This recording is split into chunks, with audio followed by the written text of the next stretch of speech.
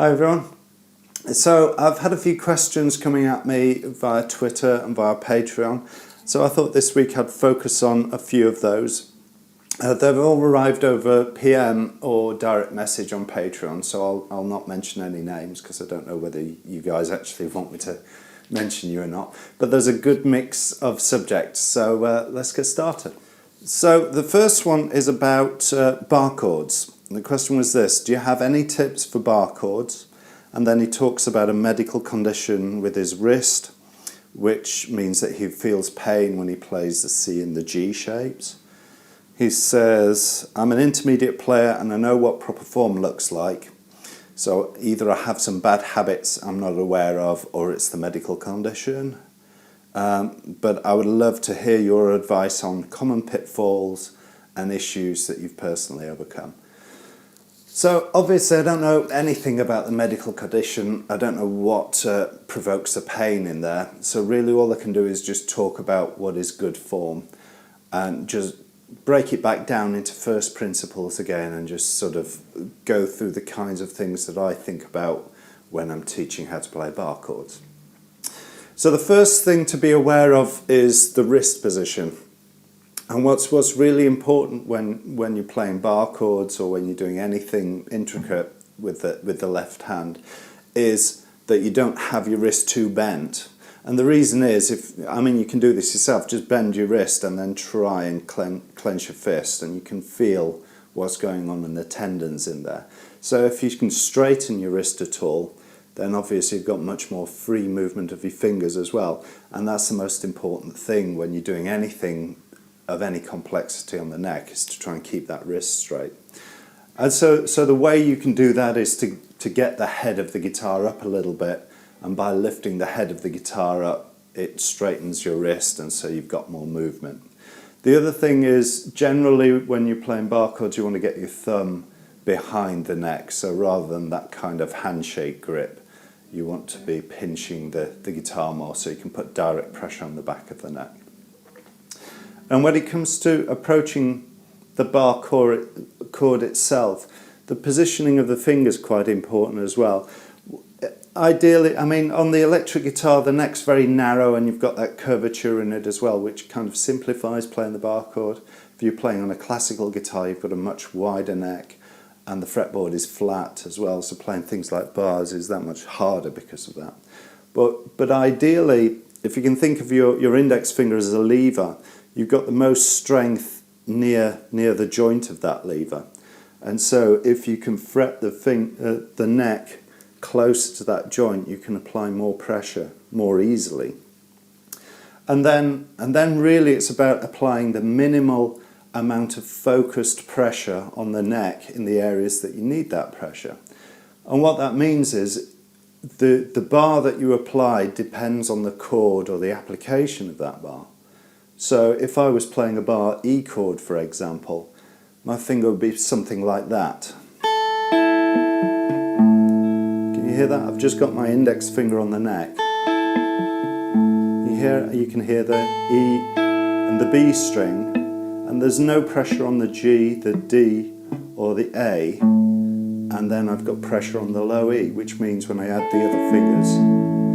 So my index finger is very focused just purely on the strings that it needs to press down, and the other strings I don't care about.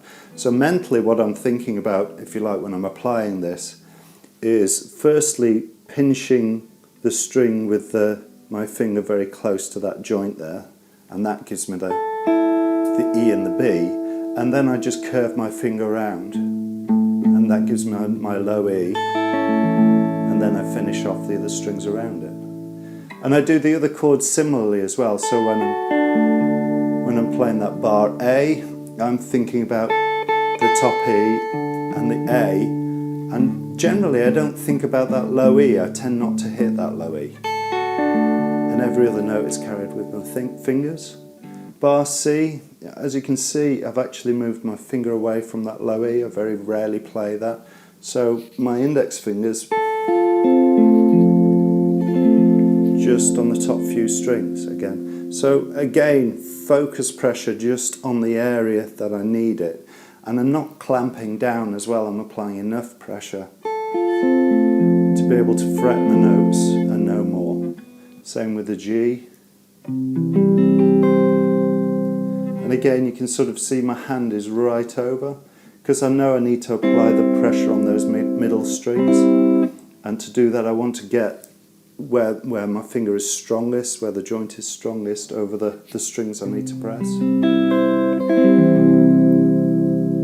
So that's really how I approach bar chords. It's about getting the neck position right, getting that joint straighter so you're not sort of bunched up and your tendons aren't sort of impeded by the bend in your wrist. And then it's about applying focus pressure on the chord in just the area that you need the pressure, and applying just enough pressure to be able to fret the note. Okay, next question. It seems in all of your videos you've been sitting in the classical position, as I'm doing now. Can you demonstrate how you play while standing? And can you also recommend a more casual sitting position for when you're lazing about on the couch? Okay, so I'm not going to bother putting the strap on. I'll talk about how I play. But the first thing to be aware of is if you're going to perform standing, then you need to practice standing as well. So I do enough practicing anyway with the other guys in the band to be able to know how to play standing up and to be comfortable like that, so I can laze about sitting around like this as well. But if I wasn't doing so much practicing like that, I would definitely in the practice room have the strap on and I'd be standing up while I'm practicing as well. But in terms of the position of the guitar, I've over the years I've played it in various positions, but the most important thing I've found over the years is the left hand position again, and it's very much like what I was talking about when we were talking about bar chords. It's all about that wrist position. It's all about how that wrist, whether that wrist is bent over like that or not, or whether you can keep it straight. And it kind of depends on the kind of playing that you're doing when you're standing as well. If you're playing more rhythm work, if you're doing sort of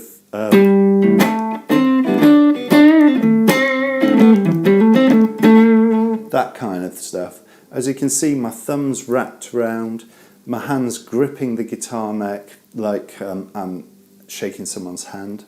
And that's a really powerful way of playing the guitar if you're doing that kind of rhythm work or that kind of guitar sound. The reason is that it flattens your fingers out, and with flattened fingers you can control all of the strings much more easily, which is why I could just hit the strings and just make one or two strings sound out, because I have that string control. When it comes to playing lead, I'll change position. My thumb will drop behind the neck. I'll assume a much more classical position, but by doing that you can see my wrist has dropped, and I've got that bend in my wrist, yeah? And that's what we don't want. So there are a couple of ways of dealing with this, and this is why people wear the guitar on different levels, basically. So you can, if you had the guitar really high up, you can see that my wrist is straightened. Or you can sling it low. You know, a great example of this is Slash from Guns N' Roses. When you see him playing a solo, it's almost, his guitar's like that. The body of the guitar is down by his knees and the neck is high up, but look what it's doing to his wrist. His wrist is straightened out, and that's the whole point. That's why he's doing it. I don't know whether he's thinking about that or not, but that becomes a very comfortable playing position for when you're playing a fast lead part. So really, the position of the strap doesn't really matter that much as long as you can find a position which straightens your wrist out, so you can reach around the neck properly. And that's really the one consideration I have when I'm playing standing up, is how do I straighten that wrist. And actually, when I'm just lounging about on the sofa or something, just playing the guitar, I often play like that. So the neck of the guitar is almost by my chin, by my cheek, and the reason is that it's straightening my wrist out again, and my fingers have got the movement on the neck. And that's really my main consideration when I'm thinking about guitar position or positioning of a guitar. Okay, the last question then. This is a bit of a fun one. Have you ever died on stage? And this came from, I was talking to someone about the video I did a while ago about stage fright. And the answer is yes, definitely, many times. And the fact is, I don't know of any musician who's played for any length of time, who's performed regularly, who hasn't had a disaster of a gig, who hasn't had multiple disasters of gigs. It's an occupational hazard.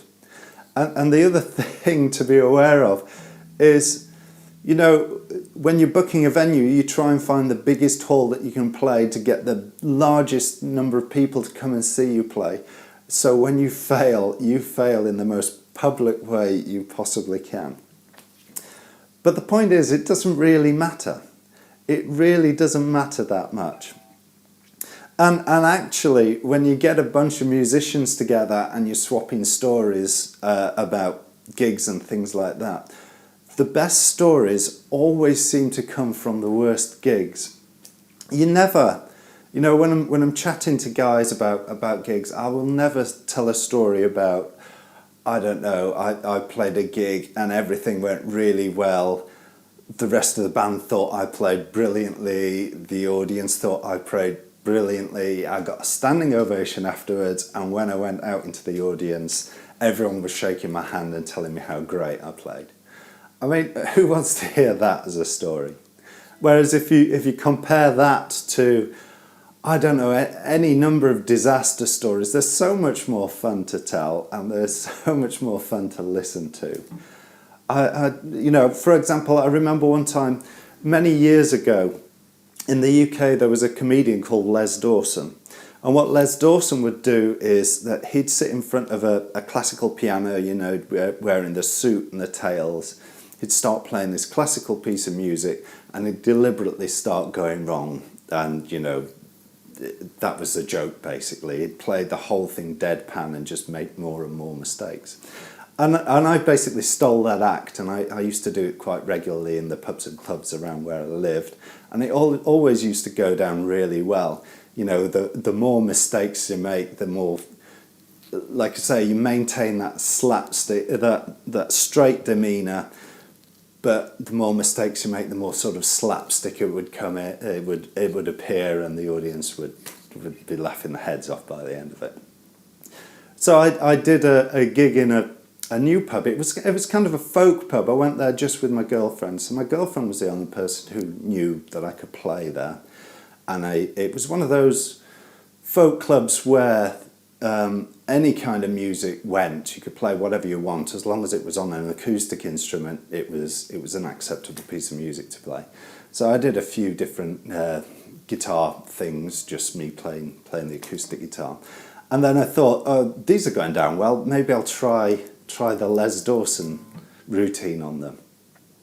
And so I remember sitting there, and the piece of music that I used to play was a piece of classical music. At the time, there was a piece of music called Cavatina, which was a really beautiful classical guitar piece of music that was quite popular at the time. And that was the thing that I lampooned. But the problem with this time is no one knew me.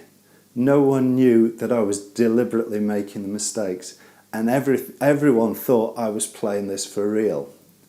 And when I started hitting those bum notes, I just felt these waves of pity coming at me from the audience, apart from this one guy who was pretty drunk in the corner, and he was stifling giggles every time I hit a duff note. But otherwise, there was just this wave of, you know, pity to this poor guy who can't play the guitar for the life of him. And I was sat there playing what was a really complicated piece of guitar music, really quite well, deliberately hitting these bum notes, and slowly dying inside, waiting for the floor to open up and swallow me up. That was terrible. And when I finished that gig as well, I remember standing up and walking back to where my girlfriend was sat, and the room was just deathly silent, and then the compere got the next guy up. That was awful. But like I say, The worst gigs make the best stories.